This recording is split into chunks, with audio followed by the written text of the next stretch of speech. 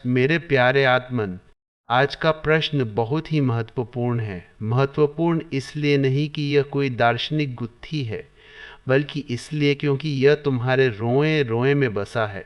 प्रश्न है, काम के तनाव में शांति कैसे पाएं? बाजार के शोर में हिमालय का सन्नाटा कैसे खोजें? सबसे पहले तो एक बात बहुत गहराई से समझ लेनी होगी। हम अक्सर सोचते हैं कि काम तनाव देता है। हम कहते हैं काम का बोझ बहुत है, काम ने मार डाला, काम की वजह से शांति नहीं है। लेकिन मैं तुमसे कहता हूँ, काम कभी तनाव नहीं देता। काम तो ऊर्जा का नर्तन है, काम तो शक्ति का सृजन है। जरा देखो, सूरज रोज निकलता है, काम करता है। चांद तारे अपनी गति में चल रहे हैं, काम कर रहे हैं। नदियां बह रही है, सागर की लहरें टकरा रही है, वृक्ष बढ़ रहे हैं, फूल खिल रहे हैं। पूरा अस्तित्व 24 घंटे अनंत काल से काम में लगा है। लेकिन क्या तुम्हें कभी किसी वृक्ष के पास जाकर लगा कि वो तनाव में है? क्या किसी नदी को देखकर लगा कि उसे बर्न आउट हो गया है? क्या कभी सूरज ने छुट्टी की अर्जी दी है कि आज मैं बहुत थक गया हूँ, आज मैं नहीं निकलूंगा? नहीं, अस्तित्व में काम तो है, लेकिन तनाव नहीं है। तो फिर मनुष्य के जीवन में यह तनाव कहाँ से आया? तनाव काम से नहीं, तनाव कर्ता भाव से आता है। तनाव इस भ्रांति से आता है कि मैं कर रहा हूँ। जैसे ही मैं बीच में आता है, काम बोझ बन जाता है। जब तुम काम करते हो तो तुम सिर्फ काम नहीं करते, तुम उसके साथ एक बहुत भारी पत्थर अपने सिर पर उठा लेते हो, अहंकार का पत्थर। मैं सफल हो जाऊं, मेरी तारीफ हो। अगर ये काम बिगड़ा तो मेरी साख का क्या होगा? यह जो मेरी और मेरा का शोरगुल है, यही तनाव है। तुम काम नहीं कर रहे, तुम काम के जरिए अपनी महत्वाकांक्षा को पूरा करने की कोशिश कर रहे हो। और महत्वाकांक्षा एक ऐसा घाव है जो कभी भरता नहीं। तुम दफ्तर में बैठे हो, फाइल देख रहे हो, शरीर कुर्सी पर है, हाथ फाइल पर है, आंखें कागज पर है, लेकिन मन वहाँ नहीं है।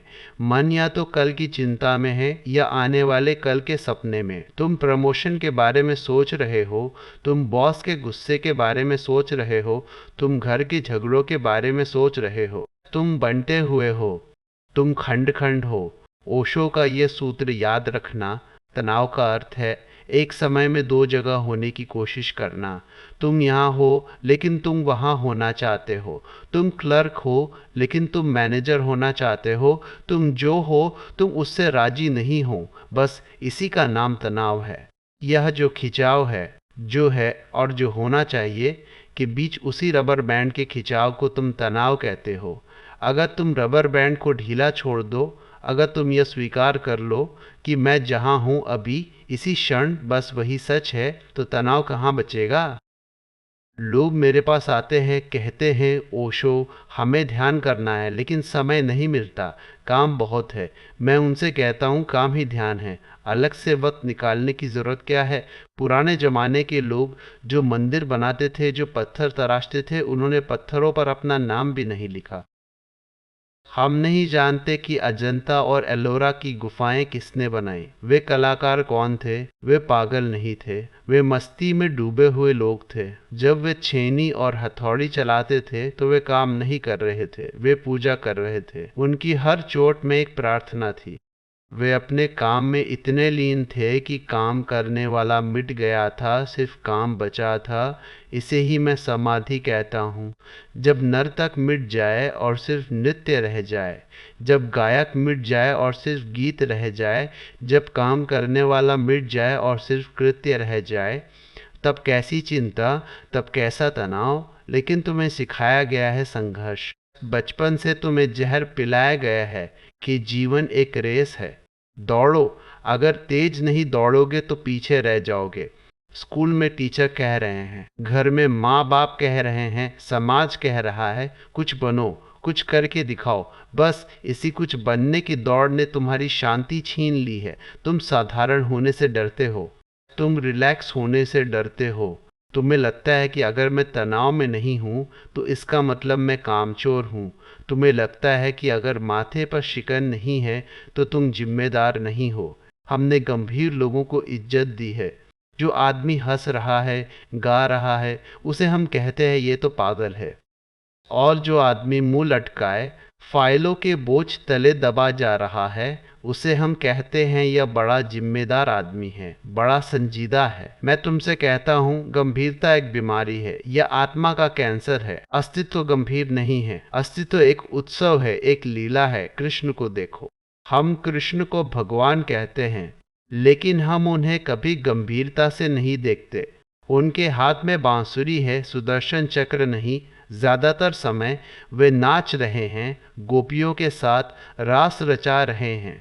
युद्ध के मैदान में भी, कुरुक्षेत्र में जहां मौत नाच रही है, वे अर्जुन को गीता सुना रहे हैं मुस्कुराते हुए। वो मुस्कुराहट क्या कह रही है? वो कह रही है कि काम करो, युद्ध भी करना पड़े तो करो, लेकिन खेल की तरह, अभिनय की तरह, भीतर से अछूते रहो। जैसे कमल का पत्ता पानी में रहता है लेकिन पानी उसे छू नहीं पाता, वैसे ही तुम काम में रहो, बाजार में रहो, दुकान में रहो, लेकिन काम को अपने भीतर प्रवेश मत करने दो। तुम्हारी समस्या यह है कि तुम ऑफिस से घर आ जाते हो, लेकिन ऑफिस तुम्हारे दिमाग से नहीं निकलता। तुम बिस्तर पर लेटे हो, लेकिन मन में अभी भी फाइलें खुली है, अभी भी कैलकुलेटर चल रहा है। क्यों? क्योंकि तुम समग्र टोटल नहीं हो। जब तुम ऑफिस में थे तब तुम घर के बारे में सोच रहे थे। अब तुम घर में हो तो ऑफिस के बारे में सोच रहे हो। तुम कभी भी पूरा काम नहीं करते, तुम हमेशा आधा अधूरा जीते हो, और जो आधा अधूरा है वही थकता है, वही ऊबता है। कभी एक छोटे बच्चे को खेलते हुए देखा है? जब वो खिलौने से खेलता है तो पूरी दुनिया भूल जाता है। उसे भूख नहीं लगती, प्यास नहीं लगती, वो टोटल है, और इसीलिए वो थकता नहीं, वो तरोताजा रहता है। तुम्हें फिर से बच्चा होना होगा, काम करने का एक नया ढंग सीखना होगा। उसे मैं कहता हूँ साक्षी भाव, विटनेसिंग। जब तुम कंप्यूटर पर टाइप कर रहे हो तो भीतर एक छोटा सा कोना जगा कर रखो जो देख रहा है। मैं देख रहा हूँ कि मेरी उंगलियां चल रही हैं। मैं देख रहा हूँ कि मन में विचार आ रहे हैं। इसमें शामिल मत हो जाओ, बस दूर खड़े होकर देखो, जैसे तुम राह चलते किसी अजनबी को देखते हो। जैसे ही तुम साक्षी होते हो, अचानक तुम पाओगे कि तुम्हारे चारों तरफ एक सुरक्षा कवच बन गया है। काम हो रहा है, शरीर भाग रहा है, दिमाग निर्णय ले रहा है, लेकिन तुम, जो तुम्हारे भीतर का केंद्र है, वह बिल्कुल शांत है, अचल है। यह संभव है, यह कोरी बातचीत नहीं है, यह हजारों साधकों का अनुभव है। तुम्हें काम नहीं छोड़ना है, तुम्हें काम के प्रति अपनी बेहोशी छोड़नी है। तुम रोबोट की तरह काम कर रहे हो, मशीनी होकर। सुबह उठते हो, भागते हो, काम करते हो, खाते हो, सोते हो। इसमें तुम कहाँ हो? इसमें होश कहाँ है? थोड़ा होश लाओ। जब फोन की घंटी बजती है तो तुरंत झपट कर मत उठाओ। एक क्षण रुको, एक गहरी सांस लो, अपने आप को याद करो मैं हूं, और फिर फोन उठाओ। जब कोई ग्राहक तुम पर चिल्ला रहा हो या बॉस डांट रहा हो, तो उस समय भी अपनी सांस पर ध्यान ले जाओ। देखो कि सांस आ रही है, सांस जा रही है, बॉस की आवाज कान के पर्दे से टकरा रही है। बस यह एक घटना है, इसे अपने अहंकार पे मत लो। अगर तुम इसे अहंकार पर नहीं लोगे तो तनाव पैदा ही नहीं हो सकता। तनाव के लिए ईंधन चाहिए, और वह ईंधन तुम्हारा अहंकार है। मुल्ला नसरुद्दीन का एक किस्सा है। मुल्ला अपने गधे पर सवार होकर कहीं बहुत तेजी से जा रहा था। गधा हाफ रहा था, मुल्ला पसीने में था। रास्ते में एक दोस्त मिला। उसने पूछा, मुल्ला, इतनी जल्दी में कहाँ जा रहे हो?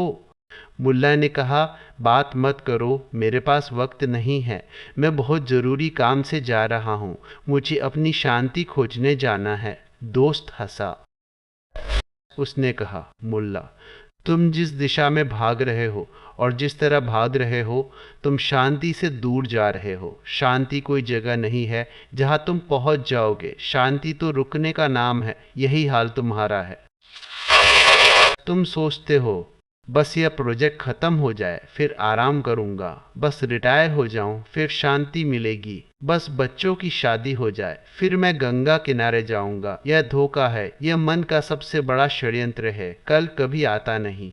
जो आदमी आज शांत नहीं है, वह कल भी शांत नहीं हो सकता, क्योंकि कल भी उसकी आदत, हैबिट वही रहेगी दौड़ने की। अगर शांत होना है तो अभी होना होगा, इसी काम के बीच में, इसी शोरगुल के बीच में।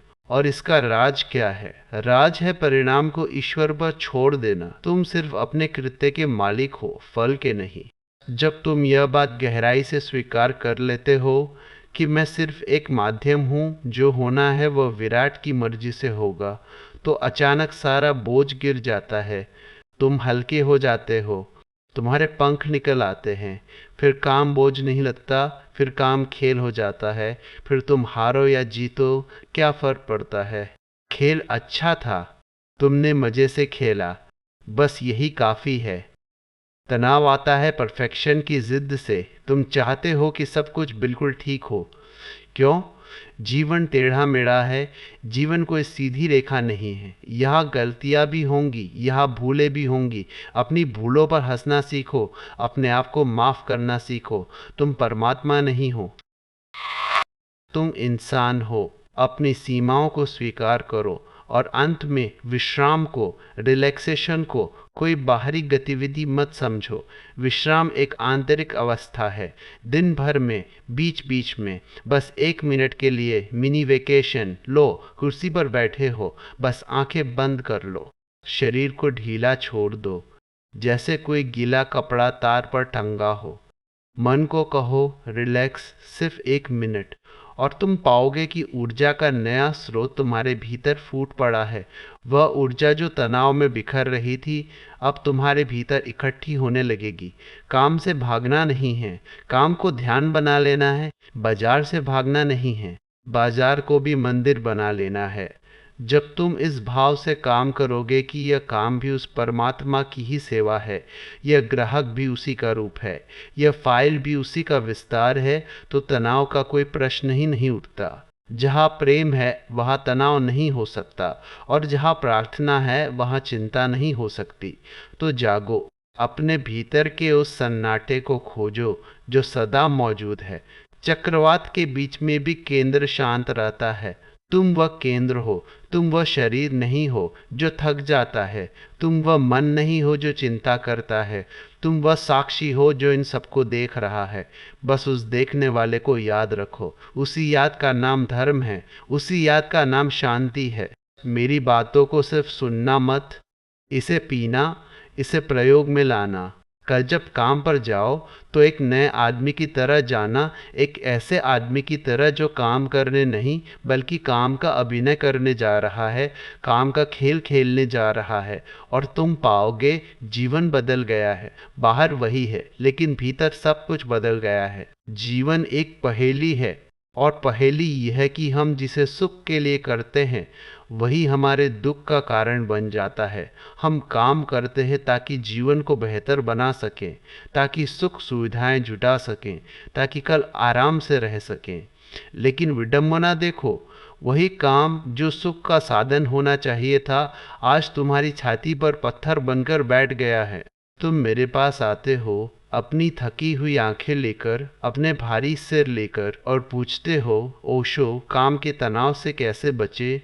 क्या नौकरी छोड़ दे? क्या सन्यास ले ले? क्या हिमालय चले जाए? मैं तुम्हारी आंखों में देखता हूँ, वहाँ काम की थकान नहीं है, वहाँ जीवन से हार जाने की थकान है। तुम्हें लगता है कि तुम्हारा बॉस तुम्हें तनाव दे रहा है। तुम्हें लगता है कि बाजार की मंदी तुम्हें तनाव दे रही है। नहीं, जरा गहराई में चलो। हम ऊपर ऊपर झाड़ू लगाते रहते हैं, लेकिन कूड़ा तो भीतर दबा है। आज मैं तुमसे काम के बारे में नहीं, तुम्हारे मन के उस ढांचे के बारे में बात करूंगा जिसने काम को नरक बना दिया है। पहली बात समझो, काम कभी बुरा नहीं होता। बेमन से किया गया काम जहर होता है। तुम जिस काम को तनाव कहते हो, उसे जरा गौर से देखो। क्या तुम उस काम से प्रेम करते हो? सच्चाई यह है कि 90% लोग वह काम कर रहे हैं जिससे उन्हें कोई प्रेम नहीं है। वे सिर्फ मजबूरी में घिसट रहे हैं। वे पैसे के लिए काम कर रहे हैं, प्रतिष्ठा के लिए काम कर रहे हैं, या सिर्फ इसलिए काम कर रहे हैं क्योंकि समाज क्या कहेगा अगर मैं बेकार बैठा रहा। जब तुम किसी ऐसे काम में अपनी ऊर्जा डालते हो जिससे तुम्हें प्रेम नहीं है, तो तुम अपने ही खिलाफ हिंसा कर रहे हो। तुम अपनी आत्मा का बलात्कार कर रहे हो, रोज 8 घंटे, 10 घंटे। और जब तुम अपनी आत्मा के विरुद्ध जाते हो तो तनाव पैदा होना स्वाभाविक है। तनाव का अर्थ ही यह है कि तुम्हारा पूरा अस्तित्व कह रहा है नहीं, और तुम्हारा दिमाग कह रहा है हाँ। ये जो रस्साकशी है ये तुम्हें तोड़ देती है। लेकिन अब तुम कहोगे, ओशो, हर कोई अपना मनचाहा काम तो नहीं कर सकता। पेट पालना है, परिवार चलाना है। मैं जानता हूँ। मैं तुम्हें अव्यावहारिक होने को नहीं कह रहा। अगर तुम वह नहीं कर सकते जिससे तुम्हें प्रेम है, तो कम से कम जो तुम कर रहे हो उसे प्रेम करने का तरीका खोज लो। सूत्र को बदल दो। अगर तुम्हें पत्थर तोड़ने ही पड़ रहे हैं तो रो रो कर मत तोड़ो। फिर उसमें एक लय खोजो, एक संगीत खोजो। देखो कि हथौड़ा कैसे पत्थर पर पड़ता है, देखो कि चिंगारियां कैसे निकलती है। अगर तुम सफाई कर्मचारी हो तो ऐसे झाड़ू लगाओ जैसे तुम किसी मंदिर की सफाई कर रहे हो। जिस क्षण तुम अपने काम में गुणवत्ता, क्वालिटी और प्रेम, लव डाल देते हो, उसी क्षण काम काम नहीं रहता, वह कला बन जाता है। एक चित्रकार को देखो, वह 18 घंटे कैनवास पर झुका रहता है। उसकी कमर दुखती है, उसकी आंखें जलती है, उसे भूख प्यास का होश नहीं रहता। लेकिन क्या तुम उसे तनाव में कहोगे? नहीं, वह आनंद में है, वह विसर्जित है। क्यों? क्योंकि वहाँ प्रेम है। तो तनाव काम की मात्रा, क्वांटिटी से नहीं आता, काम की गुणवत्ता, क्वालिटी के अभाव से आता है। तुम काम को बोझ की तरह ढो रहे हो, तुम उसे निपटाना चाहते हो। तुम्हारी पूरी कोशिश यह है कि जल्दी से यह खत्म हो जाए। और जो आदमी काम को खत्म करने की जल्दी में है, वह कभी शांत नहीं हो सकता। काम को खत्म मत करो, काम को जियो। दूसरा बड़ा कारण जो तुम्हारे तनाव की जड़ है, वह है भविष्य का पागलपन। तुमने कभी घड़ी की सुई को देखा है? वह एक बार में एक ही सेकंड चलती है। वह कभी छलांग नहीं लगाती। लेकिन तुम्हारा मन छलांग लगाता है। तुम अभी प्रोजेक्ट शुरू भी नहीं करते और तुम परिणाम पर पहुंच जाते हो। अगर ये फेल हो गया तो, अगर मुझे बोनस नहीं मिला तो, अगर मेरी नौकरी चली गई तो, तुम एक साथ 10 साल का बोझ अपने सिर पर उठाना चाहते हो। अस्तित्व तुम्हें सिर्फ आज का बोझ देता है, बल्कि अभी का। और परमात्मा ने तुम्हें इतनी शक्ति दी है कि तुम एक क्षण का बोझ तो उठा ही सकते हो, लेकिन तुम पूरे जीवन का बोझ एक साथ उठा लेते हो। इसीलिए तुम्हारी कमर टूट जाती है। जीसस का एक बहुत प्यारा वचन है, look at the lilies of the field, they toil not, neither do they spin. खेत के इन फूलों को देखो, ये न श्रम करते हैं न कताई बुनाई करते हैं। फिर भी सोलोमन अपनी पूरी शान शौकत में भी इनमें से एक फूल जैसा सुंदर नहीं था। जीसस ये नहीं कह रहे कि तुम काम करना बंद कर दो। जीसस कह रहे हैं कि चिंता करना बंद कर दो। श्रम करो, लेकिन श्रम के साथ चिंता को मत जोड़ो। तुमने देखा है, जब तुम बहुत तनाव में होते हो, तुम्हारी सांस उखड़ जाती है। तुम्हारी सांस उथली, शैलो हो जाती है। क्यों? क्योंकि भय है। तनाव भय का ही दूसरा नाम है। तो एक छोटी सी विधि, एक छोटा सा कीमिया, अल्चमी तुम्हें देता हूँ। जब भी काम पर बैठे हो, जब भी लगे कि अब तनाव हावी हो रहा है, सिर में भारीपन आ रहा है, बस सब छोड़कर अपनी नाभि, नावेल पर ध्यान ले जाओ। हमारा समाज खोपड़ी का समाज है। हम सिर में जीते हैं, सारी ऊर्जा सिर में इकट्ठी हो गई है। इसीलिए सिर दर्द, माइग्रेन, अनिद्रा की महामारी फैली है। सिर से नीचे उतरो, अपनी सांस को नाभि तक जाने दो। जब सांस भीतर जाए तो पेट ऊपर उठे, जब सांस बाहर जाए तो पेट भीतर जाए। जैसे छोटा बच्चा सोता है, छोटे बच्चे को देखना, उसका सीना नहीं हिलता, उसका पेट हिलता है। वह अभी भी अस्तित्व से जुड़ा है, उसकी जड़ें अभी भी गहरी हैं। तुम अपनी जड़ें खो चुके हो। तुम उखड़े हुए दरख्त हो, ऑफिस की कुर्सी पर बैठे बैठे। बस 2 मिनट के लिए बेली ब्रीदिंग करो, गहरी सांस लो और ऊर्जा को सिर से नीचे उतारो। तुम हैरान रह जाओगे। जैसे ही ऊर्जा नाभि पर आती है, विचार कम हो जाते हैं। और जहाँ विचार कम हुए, वहाँ तनाव टिक नहीं सकता। तनाव को विचारों का ईंधन चाहिए। निर्विचार में तनाव की मृत्यु हो जाती है। तुम दौड़ रहे हो, किस लिए? किसी और से आगे निकलने के लिए। तुम्हारा कोई अपना गंतव्य नहीं है।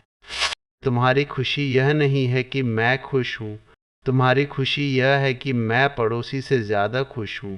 यह पागलपन है। तुम अपनी लकीर बड़ी करने की बजाय दूसरे की लकीर मिटाने में लगे हो। प्रतिस्पर्धा, कंपटीशन, तनाव की सबसे गहरी जड़ है। तुम अपने आप को स्वीकार ही नहीं करते। तुम कोई और होना चाहते हो।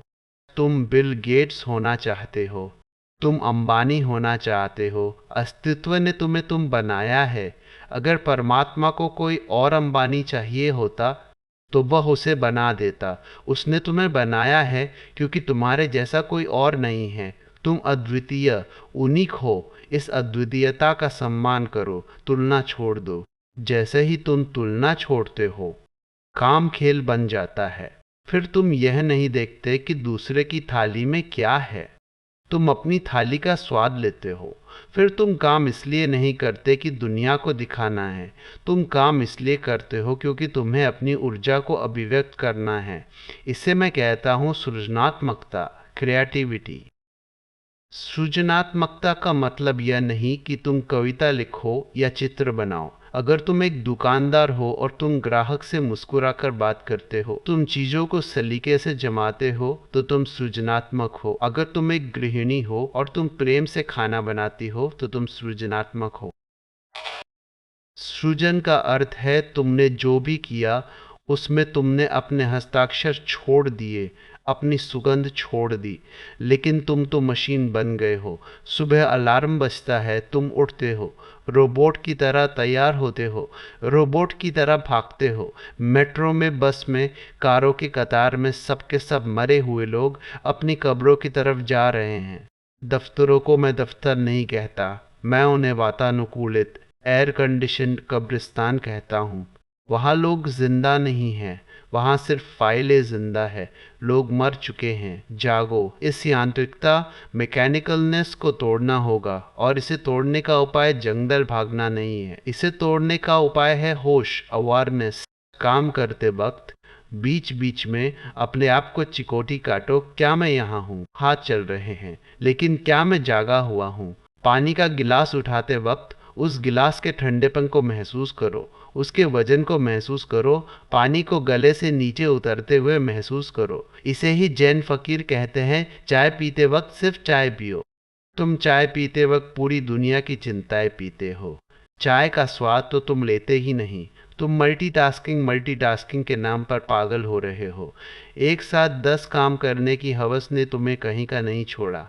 एक समय में एक काम पूरी समग्रता से, पूरी तल्लीनता से। अगर चल रहे हो तो बस चलो, चलने का आनंद लो। अगर बात कर रहे हो तो बस बात करो, सुनने का आनंद लो। जब तुम एक काम में पूरी तरह डूब जाते हो तो समय, टाइम मिट जाता है। कभी गौर किया है, जब तुम अपने किसी प्रिय काम में होते हो, संगीत सुन रहे हो या किसी मित्र से बात कर रहे हो, तो घंटे बीत जाते हैं और पता भी नहीं चलता वहाँ समय क्यों मिट गया। क्योंकि वहाँ मन नहीं था, वहाँ तुम टोटल थे।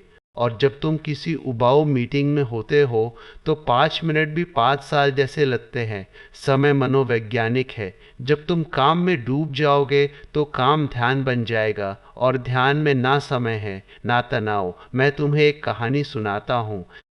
एक बार एक बहुत बड़े सम्राट ने एक फकीर से पूछा, मैं बहुत अशांत हूँ, मेरे पास इतना बड़ा साम्राज्य है, इतना धन है, फिर भी नींद नहीं आती, मुझे शांति चाहिए। फकीर ने अपनी झोली से एक कटोरा निकाला, बिल्कुल साधारण सा भिक्षा पात्र, और कहा, राजन, क्या तुम इस कटोरे को सोने के सिक्कों से भर सकते हो? अगर तुम इसे भर दोगे तो मैं तुम्हें शांति का सूत्र दे दूंगा। सम्राट हंसा। उसने कहा, पागल हो, ये छोटा सा कटोरा, मैं इसे अभी भर देता हूँ।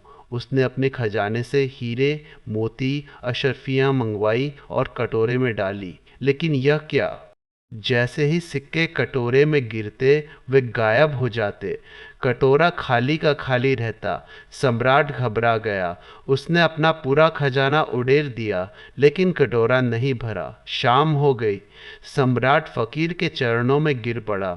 उसने कहा, महाराज, मुझे क्षमा करे, मेरा अहंकार टूट गया। लेकिन पहले यह बताइए, यह कटोरा किस जादुई चीज से बना है? फकीर हंसा और बोला, राजन, इसमें कोई जादू नहीं है। यह कटोरा आदमी के मन से बना है। यह आदमी की इच्छाओं से बना है। इसमें तुम पूरी दुनिया भी डाल दो तो भी यह भरेगा नहीं। यह हमेशा खाली रहेगा और मांगता रहेगा। और तुम्हारा काम का तनाव इसी और की बीमारी है।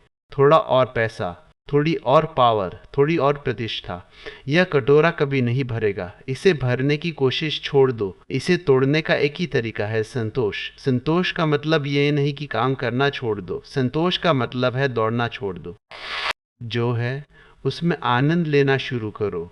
आज शाम जब तुम काम से लौटो तो दुनिया को दरवाजे के बाहर छोड़ देना। अपने जूतों के साथ अपनी चिंताओं को उतार देना। अपने बच्चों के साथ, अपनी पत्नी के साथ, अपने मित्रों के साथ ऐसे मिलना जैसे ये जीवन की आखिरी मुलाकात हो। क्या पता यह आखिरी ही हो। जीवन का क्या भरोसा। जो आदमी मौत को याद रखता है वह कभी तनाव में नहीं हो सकता। तनाव के लिए यह भ्रम होना जरूरी है कि मैं हमेशा रहूंगा। जब तुम जानते हो कि जीवन पानी का बुलबुला है, कभी भी फूट सकता है, तो फिर कैसी चिंता, फिर कैसा गंभीर होना। फिर तो जितना वक्त मिला है उसे नाच कर, गाकर, उत्सव मनाकर गुजार लो। काम एक नाटक है, इसे बहुत संजीदगी से मत लो। अपना रोल अच्छे से निभाओ। अगर मैनेजर का रोल मिला है तो अच्छे मैनेजर बनो, लेकिन घर आकर मैनेजर मत बने रहो। समस्या यह है कि तुम अपनी वर्दी, यूनिफॉर्म उतारना भूल जाते हो। जज घर आकर भी जज बना रहता है। पुलिस वाला घर आकर भी पुलिस वाला बना रहता है। अपने भीतर के इंसान को मरने मत दो। तुम्हारा पद, तुम्हारी कुर्सी, यह सब बाहर की बात है।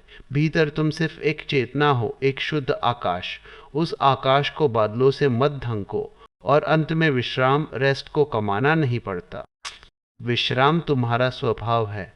तुम विश्राम करने के लिए काम नहीं करते।